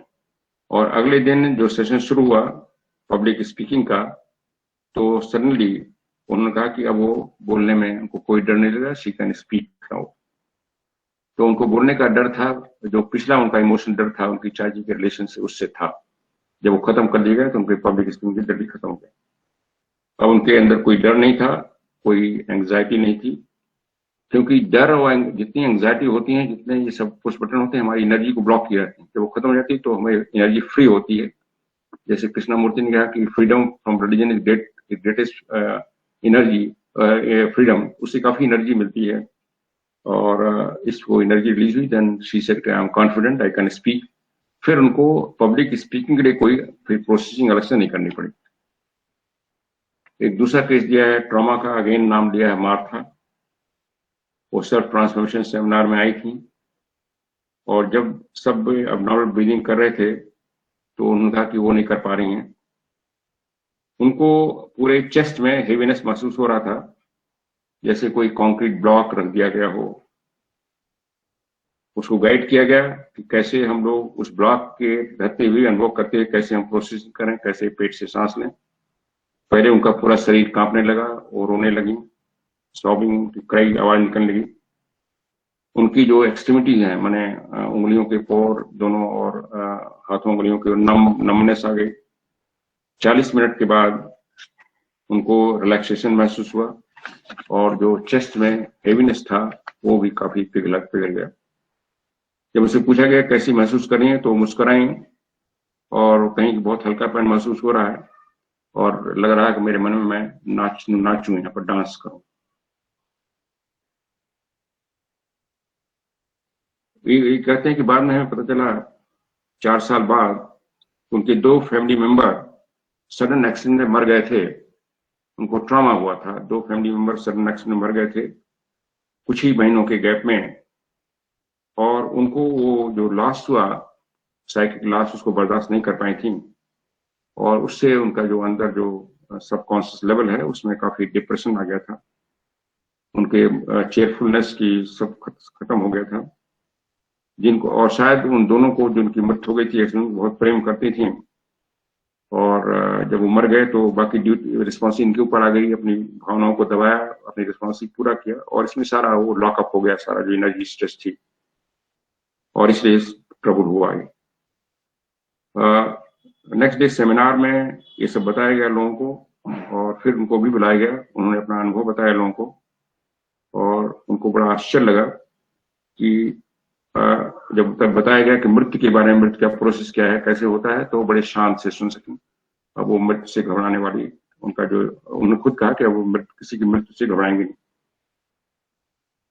कहते हैं इसके पहले वो मृत्यु, किसी दूसरे की मृत्यु की सूचना मिलती थी तो बहुत जल्दी घबरा जाती थी, बहुत जल्दी परेशान हो जाती थी। उनको ये मालूम हो गया कि मृत्यु एक प्रोसेस है और उससे घबराने की जरूरत नहीं। एक लास्ट एग्जांपल दिया उन्होंने कि कोई मिस्टर जॉर्ज थे, वो प्रीस्ट थे। वो पहले रिलक्टेंट थे इस तरह की प्रोसेस में आने के, वो खाली ऑब्जर्व करना चाहते थे। आए किसी को, चलो तो ऑब्जर्व कर रहे थे। जब उनको बताया गया कि उनको कोई नुकसान नहीं होगा, वो ट्राई कर लें, उनको भी कुछ समस्या थी। तो स्कैनिंग जब हो रहा था, तभी जो उनको स्कैनिंग करा रहे थे एज ए पार्टनर, उनको अवेयरनेस, उनकी कहा को अपने बॉडी के पार्ट्स के बारे में अवेयर हुई है। और सेशन के बाद हम ये कहते हैं, हम लोगों को सरप्राइज हुआ कि उन्होंने खुद अपने को वॉलंटरी किया कि सभी की तरह वो प्रोसेस करना चाहते हैं। पहले वो इसके लिए तैयार नहीं थे। जॉर्ज ने बताया कि 13 साल तक उनको एक क्रॉनिक पेन था पीठ में, राइट शोल्डर के नीचे, और उन्होंने कई डॉक्टरों को कंसल्ट किया और कई मसाजिंग करवाई, ट्रेन मसाजेस से बाद में, लेकिन पेन बना रहा। स्कैनिंग सेशन में उनको जो डायरेक्शन दिए गए, जस्ट के वो अवेयर हो जाए पेन के, जब पेट से सांस लें, तो उनको बड़ा आश्चर्य हुआ कि पेन खत्म हो गया, डिसअपीयर हो गया। उन्होंने अपनी गर्दन को दोनों तरफ घुमाया, ट्विस्ट किया देखने के लिए पेन बैठा तो नहीं है, लेकिन उनको अनुभव हुआ कि पेन नहीं है। जब गर्दन को घुमाया तब भी उनको लगा पेन नहीं, वो पेन का महसूस नहीं कर पा रहे।